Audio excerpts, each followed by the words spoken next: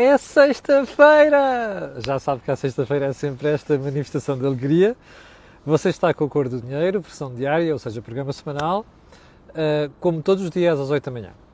Olhe, o meu nome é Camilo Lourenço e esta é a edição do dia 13 de maio, dia de Nossa Senhora de Fátima, do ano da graça de 2022. Olhe, antes de irmos à edição de hoje, que é brutalmente longa, quero fazer aqui alguns alertas. Em primeiro lugar, para aqueles que veem o Think Tank no YouTube, já está disponível. Em segundo lugar, nem toda a gente tem Facebook e a gente não gosta de vir ao Facebook. Por isso é que nós desenvolvemos também o canal da Cor do Dinheiro no YouTube. Bom, segundo ponto, na próxima semana, dia 16, vamos ter o Corporate Talks, como sabe, o tour para conversar com empresas pelo país fora, juntar empresas, universidades e stakeholders da área financeira, nomeadamente banco, que é o Novo Banco, e também seguradora, que é a Fidelidade, e obviamente na área da gestão, de software de gestão, que é a Sendis, além da Visão e a Cor do Dinheiro. Isto tudo Politécnico de Leiria, 16 de maio, vamos estar por aí. Portanto, inscreva-se para estar presente connosco. Sexta-feira vamos ter o programa mensal, que é o Corporate Vision, aquilo que é o melhor da informação financeira e fiscal. Sexta-feira, 12 horas. Terça-feira, vou para fora do país, vou para muito longe, e portanto, como o voo vai demorar praticamente 11 horas, é possível que, se não acontecer nada de estranho, não é, até lá, é possível que a Cor do Dinheiro de quarta-feira de manhã, a chegada ao país em causa, eu depois digo onde é que é, venha a conhecer alguns atrasos. E como sabe também, como nós não temos em África, como nós temos uma dificuldade muito grande às vezes em conseguir comunicações móveis, é provável que algumas intervenções também durante a próxima semana conheçam alguma irregularidade. Mas sobre isso daremos conta atempadamente. Para final, disclosure, este canal tem uma parceria com a Prozis, e quando você for ao site fazer compras, ali na saída escreve no cupom promocional Camilo e tem logo um desconto automático de 10%. Agora sim, vamos à edição de hoje, porque é uma edição brutalmente longa. Período antes da ordem do dia. Era para ter falado disto ontem, mas quis certificar-me. Como sabe, em Espanha, o PSOE juntou-se ao Podemos. O Podemos é uma cambada de gente maluca, ok? Tal como aqui muita gente na esquerda portuguesa e na história do PAN, há muita gente maluca ali.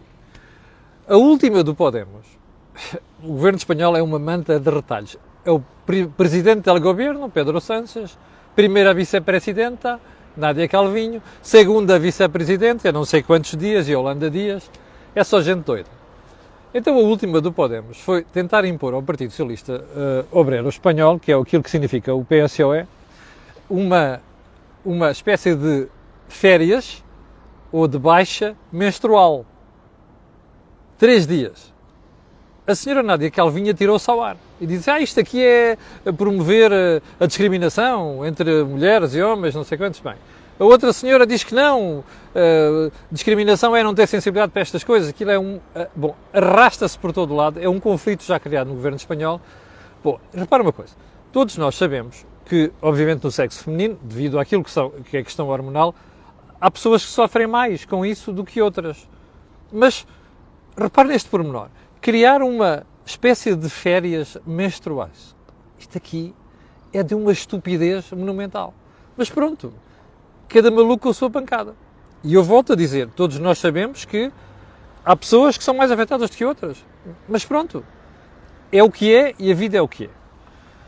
E se calhar mais valia até nesse aspecto haver negociação quase particular ou privada entre aquilo que é o empregador e aquilo que é a pessoa em causa. Mas enfim, isto mostra-lhe o disarray em que se encontra o governo espanhol. Já agora, mais um pormenor em relação à Espanha. Eu, como lhe disse já várias vezes, e disse na semana passada, a Espanha está a pedi-las. Está a pedi-las porque está a cometer uma série de erros na parte orçamental, na parte laboral e inclusive na regulação do mercado. Bom, ontem, aquilo que é a ARF, ou seja, o equivalente, eu vou-lhe mostrar aqui, está na manchete do jornal El Economista de Espanha, aqui em baixo, onde está sublinhado a vermelho, como você pode ver. A ARF em Espanha é o equivalente ao nosso Conselho de Finanças Públicas. Então o que é que diz a ARF? a Autoridade Independente de Responsabilidade Fiscal, é o nosso Conselho de Finanças Públicas, publicou um relatório ontem muito duro, aliás, não é muito duro, é duríssimo contra o governo espanhol, por causa do plano de estabilidade apresentado, o programa de estabilidade apresentado em Bruxelas. E diz à AREF que não só aquilo que é o déficit estrutural, ou seja, quando você desconta os efeitos do ciclo económico, por exemplo, o que está a acontecer com uma recessão, o déficit espanhol vai ficar em 4% até 2025. Sabe o que é que isto quer dizer? As contas espanholas, as contas públicas vão por ali abaixo. A AREF diz que espera uma dívida em função do produto de 140% em 2025. Ora, 140 é onde está a Itália neste momento. Está a ver o problema que está aqui a criar com a Espanha? Bom, quando vier aí um abanão dos mercados monetários, está mesmo a ver o que é que vai levar. Está a ver porque é que nós insistimos aqui há tantos anos que nós devíamos ter aproveitado a folga para sair destas más companhias. Esta gente é doida, percebe? Ainda esta semana, no encontro com responsáveis de empresas espanholas, disse isto. Vocês estão tramados. Vocês estão a fazer os erros, estão a cometer erros piores do que os nossos aqui em Portugal. Bom, ponto seguinte. O violento criptocrash das últimas semanas. Eu tenho sempre uma série de gente que me escreve a perguntar o que é que eu acho e não sei das quantas. Eu já não sei qual é que é o jornal. Tenho aqui este gráfico para você ver. Olha ali o vermelho lá em cima onde é que começou e olha onde é que estão neste momento as cotações das cripto. Espero que muita gente aprenda que há mercados onde não devem atuar sozinhos, a menos que estejam dispostos a perder uma pipa de massa. Ponto seguinte. As contas de IRS do selecionador Fernando Santos. Isto é a manchete do Expresso de hoje, que diz que o Fisco, portanto a Autoridade Tributária e Aduaneira, reclama de Fernando Santos 4,5 milhões de euros a título de IRS. Porque parece que criou uma empresa, depois recebe o salário através da empresa e não está a descontar aquilo que é devido. Bom, nós adoramos este tipo de voyeurismo, mas eu quero dizer-lhe uma coisa. Normalmente, quem se dá ao trabalho de contestar o Fisco, na maior parte das vezes ganha. Pode não ganhar totalmente, mas ganha. Às vezes os processos estão tão mal instruídos que ou a voracidade fiscal é tal que o fisco acaba por levar uma surra depois nos processos. Eu não sei se é o caso, mas isto vai a tribunal arbitral. Há uma coisa que gostava de dizer aqui. Todos nós temos a ambição de pagar menos IRS. Todos nós fazemos coisas, às vezes, uns fazemos mais agressivas, outros fazemos menos agressivas. Isto é, às vezes fica um bocado fora do âmbito da lei e outras vezes fica dentro do âmbito da lei. Esperemos que Fernando Santos esteja dentro deste âmbito da lei. Mas uma coisa que queria dizer. É melhor aguardar antes de falarmos com propriedade e, sobretudo, começarmos a rasgar as vestes por causa disso. E não digo isto por conhecer o Fernando Santos, pessoalmente. Último ponto do período de ordem do dia, que vai entroncar no que vem a seguir, e é um dos principais temas de hoje. Ontem, uma série de meios de comunicação social, nomeadamente aqui ao lado em Espanha e um bocado também na Europa, apareceram com esta. E Bruxelas pode limitar os preços do gás na Europa. E eu olhei para aquilo e disse, meu Deus, querem ver que a senhora Ursula von der Leyen, aquela malta toda da Comissão, herdou as parvoíces do governo espanhol e português? E fui investigar ontem à noite, hoje de manhã, nada disso. Eu vou-lhe dizer qual é o problema. A Comissão Europeia já percebeu, como alguns países, que isto vai correr mal, ao contrário do governo português que não conta isto às pessoas. E vai correr mal neste aspecto. Primeiro, a Rússia cortou o fornecimento de gás à Polónia e à Bulgária. Remember? Por causa do pagamento em rublos. Ontem cortou o gasoduto Yamal, que é um dos principais fornecedores de gás à Europa. Isto já estava a ser antecipado pela Comissão Europeia. E porque quem tem dois dedos testa, inclusive nós aqui falámos muito modestamente sobre o assunto, que era se de um momento para o outro ficarmos sem gás. O que é que sucede em momentos destes? É um desconchavo total no mercado. Desregulação é doideira. Portanto, os governos, neste caso a Comissão Europeia, que tem o poder para fazer isto, é bom recordar, está-se a preparar. Imagino que um dia destes, a Rússia, que precisa mesmo daquelas divisas e está muito chateada, já se percebeu, o tipo é doido, não é? Vai fazer tudo, inclusive a tramar o seu povo para salvar a face na Ucrânia. Vai perder com esta história toda, mas isso é outra conversa.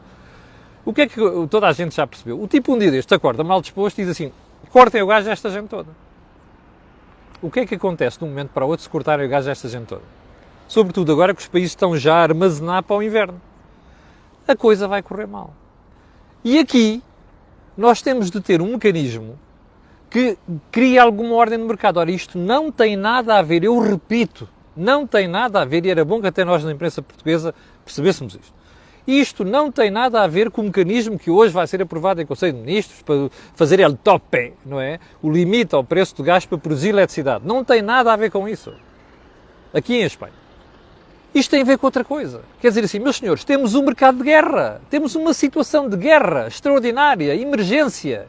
E, portanto, o que é que se faz numa situação de guerra e emergência? O Estado, ou neste caso a Comissão Europeia, que é o Estado dos Estados, tem de intervir para garantir a ordem aqui. Isso é uma coisa completamente diferente.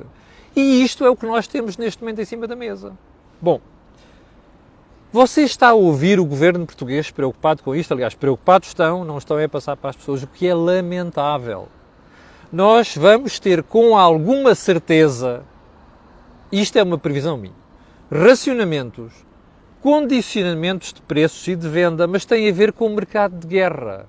Repare, nós precisamos de armazenar gás agora, que é para o inverno não correr mal.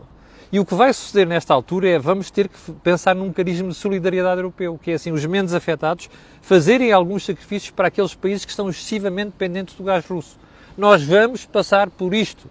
E era bom que neste momento o governo português, o senhor Primeiro-Ministro e aquela gentinha toda que anda a fazer eleitorismo todos os dias, nomeadamente com esta história do topo ao preço do gás, tivessem a coragem de vir dizer isto às pessoas e de vir dizer isto ao país, às empresas, que também algumas já estão a parar, outras estão nas nuvens, mas sobretudo para as famílias.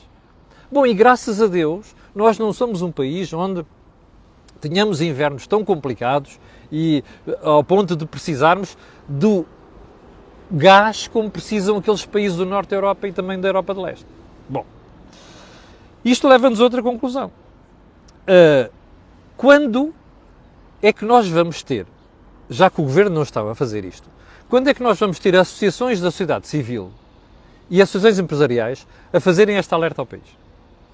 Fica esta pergunta.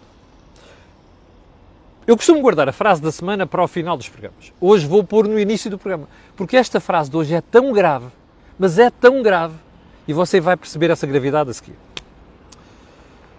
Ela é dita pelo Dr. António Costa e Silva, que é só o Ministro da Economia. Não podemos ter o hábito de hostilizar as empresas, sobretudo as Galps e EDPs. Espera, primeiro uma questão de português. Alguém que diga ao Costa e Silva que não se diz Galps e EDPs. Diz Galp e EDP. As Galp e as EDP. Ensinaram isto na escola secundária. Mas vamos deixar esse problema de português de lado, que é um erro que muita gente comete, e vamos repetir a frase. Não podemos ter o hábito de hostilizar as empresas, sobretudo as Galp e EDP. Desculpe, o que é que nós vimos na semana passada? O senhor Primeiro-Ministro literalmente a insultar as empresas de combustíveis. O que é que nós tivemos nas autárquicas do ano passado? O senhor Primeiro-Ministro a insultar a Galp. Pá, eu volto a dizer, ninguém me paga nada na Galp, apesar de dizer, eu nem sequer tenho cartão da Galp. Eu tenho cartão de Continente, que a Galp tem desconto de 10 cêntimos. Passa a publicidade. Bom, e o cartão também da FNAC. Mas enfim, vamos lá raciocinar. Quem é que nos últimos anos passou o tempo a insultar a EDP, a Galp, a REN, a Portugal Telecom, que agora é Altice, e já agora, nas eleições, o Grupo Luz Saúde? Fui eu? É que o Costa Silva podia ter acrescentado aqui Luz Saúde. Fui eu que insultei? Não fui, pois não. Foi o senhor Primeiro-Ministro, que ainda esta semana, com um desplante brutal, porque meteu aquela gafe na semana passada, ele viu o preço, baixou o preço do ISP e depois pensou que as gasolinas não tinham refletido e veio para aí insultar toda a gente. Bom, esta frase que aqui está, vem ao encontro do que eu tenho dito aqui e na CMTV nos comentários diários. Não se pode insultar empresas. Aliás, o Costa e Silva podia ter ido mais longe como académico e dito assim, o que nós dizemos aqui há muito tempo. Não conheço nenhum país desenvolvido onde os governantes passem o tempo a surrar empresas, ainda para mais, sem razão. Ele podia ter dito isto. Bom, e agora chegados aqui, a pergunta que a gente tem que fazer é, o que é isto? Então, o Primeiro-Ministro diz uma coisa e o Ministro da Economia diz outra. O Primeiro-Ministro faz uma coisa e o Ministro da Economia faz outra. Onde é que a gente está? Nós estamos num país que se chama República das Bananas, percebe? Você dirá, é a tática do polícia mau, do polícia bom. Bull fucking shit, ok? Desculpe-me a expressão. Isto não é aceitável. Isto é conversa da treta. O Sr. Ministro da Economia está farto de saber isto. Eu não sei se ele combinou isto com o Primeiro-Ministro ou então ficou enraivecido com toda a razão ao ver o Sr. Primeiro-Ministro insultar empresas. Ele diz isto, disse mesmo, e tem razão no que diz, agora só pergunto isto. Como isto é completamente contrário ao que o Sr. Primeiro-Ministro diz, o que é que vai acontecer a partir de agora? O Primeiro-Ministro vai mudar de discurso ou vai correr com o António Costa e Silva? É que só falta perguntar isto. Portanto, as próximas horas, para mim, vão ser decisivas desta gente que é de uma esquizofrenia brutal. Percebe? E como esta situação perfeitamente ilustra. Bom, vamos então aos temas principais de hoje. Bom, você recorda-se que eu ando aqui a alertar para as pessoas há vários meses para o problema da inflação. E recorda-se que uma das coisas que eu tenho dito aqui é que isto vai ter um impacto significativo no rendimento das pessoas. Primeiro alerta. Segunda-feira, eu e Jorge Marrão estivemos a colecionar os números para lhe fazer a projeção do que vai acontecer ao seu salário, às suas poupanças e à dívida do Estado nos próximos anos. Segunda-feira, o programa vai ser sobre isto. Era para ser hoje, não pode ser hoje, depois explico-lhe porquê. Mas vou-lhe dizer já uma antecipação daquilo que vi ontem. O INE publicou ontem os dados do primeiro trimestre deste ano. Ok? Primeiros 3 meses deste ano. E foi pegar na inflação 4,3%, foi ver a subida dos salários e chegou a uma conclusão que a cor do dinheiro já chegou há vários meses. Você já está a ser comido no seu salário. No primeiro trimestre, estamos a falar da economia toda, tendo em conta a remuneração base, os portugueses já perderam 2,5% de poder de compra. Nos primeiros 3 meses do ano. Isto foi com inflação a 4,3%. Bom, o que é que vai suceder neste trimestre que está a correr? E o que é que vai suceder no próximo e durante todo o ano? Agora imagine, com a inflação a 7,4% como ela está neste momento, no segundo trimestre. Faça as contas para ver qual é a perda. Aliás, nós vamos projetar estas perdas na próxima segunda-feira. O que isto significa é que a malta não percebe. A inflação é um imposto escondido. Cria ilusão monetária, que é assim, você sobe os seus salários em 2%, ou 1,9%, ou 0,9% no Estado, a inflação sobe 4,3%, portanto já levámos uma ratada grande. Ou seja, os salários crescem isto e os preços crescem isto. Você já perdeu o salário. Não sei se já percebeu. O problema é que isto é um imposto escondido e cria ilusão monetária e as pessoas não percebem. Isto é a mesma coisa que fez a Troika. A Troika chegou aqui e disse, qual é o salário nominal? É este, corta 10%. É a mesma coisa, só que aqui não são 10%, para já são 2%. Por acaso eles não disseram 10%, mas enfim, vamos lá. Agora, vamos fazer as contas. Imagine você que no resto do ano a inflação pula para 5%, ou 5,5% ou 6%. Você dirá, isso é um exagero. Não é um exagero, não. A inflação subjacente, remember, está em 5%. Ora, mesmo que se acabe com o efeito da guerra dos combustíveis de um momento para o outro, e dos alimentos, e que não vai acontecer, você tem inflação subjacente de 5%. Portanto, 5% não está fora do horizonte. Vamos imaginar estes 5% ou 6%. Você já fez as contas para o resto do ano e quanto é que vai perder de salário? Já agora vem a pergunta seguinte. Você acha que no próximo ano a inflação vai cair para 2%? Que é aquele que é o objetivo do Banco Central Europeu? Não vai. Portanto, no próximo ano você vai levar mais uma ratada. A menos que seja crente, seja fiel, maluco, fanático do Partido Socialista e diga assim, o Primeiro-Ministro já disse que vai aumentar os salários de acordo com a inflação. Não vai. Aliás, ontem o PSD saiu-se como uma populista a pedir aumentos de 4%. Bom, isto é de uma irresponsabilidade total. Eu sei que do ponto de vista de populismo e eleitoralismo dá jeito dessas coisas, mas as pessoas sabem que não pode ser feito. Bom, mas vamos voltar a isto. Agora vamos fazer contas. Com a perda que você vai ter este ano, mais a perda do próximo ano, quanto é que isto dá? Olha, eu vou-lhe fazer uma previsão.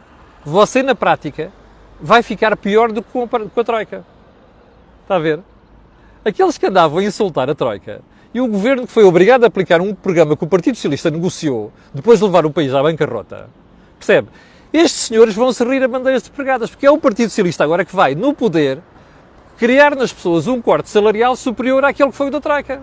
Está a ver como é a ironia da vida? Chama-se isto karma. Mas esteja preparado que isto ainda vai ficar pior. Bom, já agora, António Costa e Silva, outro assunto, vamos mudar de assunto. António Costa e Silva, Ministro da Economia, diz que o Governo pode ressuscitar o interesse na prospecção de gás no Algarve. Desculpe lá, você lembra-se o que é que aconteceu há 2 anos?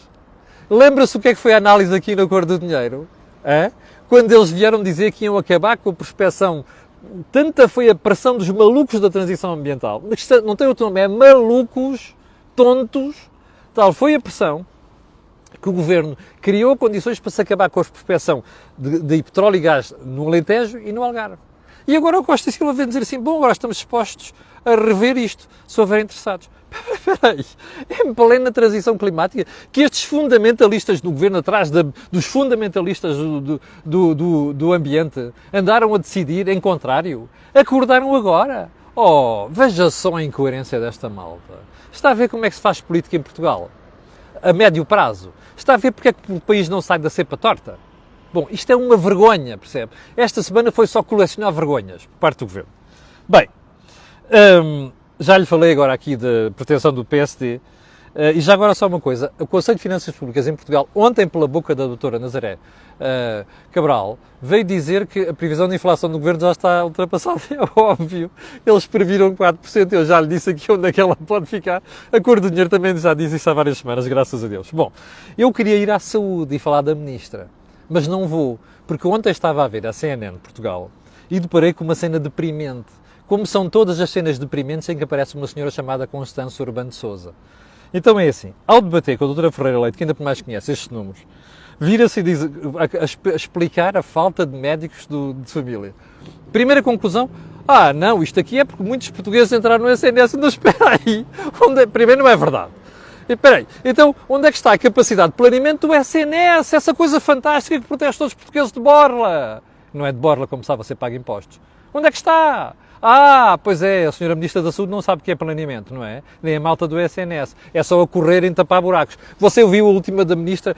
Vamos criar um incentivo para médicos de família. É tudo em cima do joelho, está a perceber? Portanto, esta foi a primeira da Constância Urbano de Sousa. Bom, mas às tantas, como já estava a ficar sem pé, porque a doutora Manuela Ferreira Leite deu-lhe uma surra, não tem outro nome, foi uma surra, até meteu pena.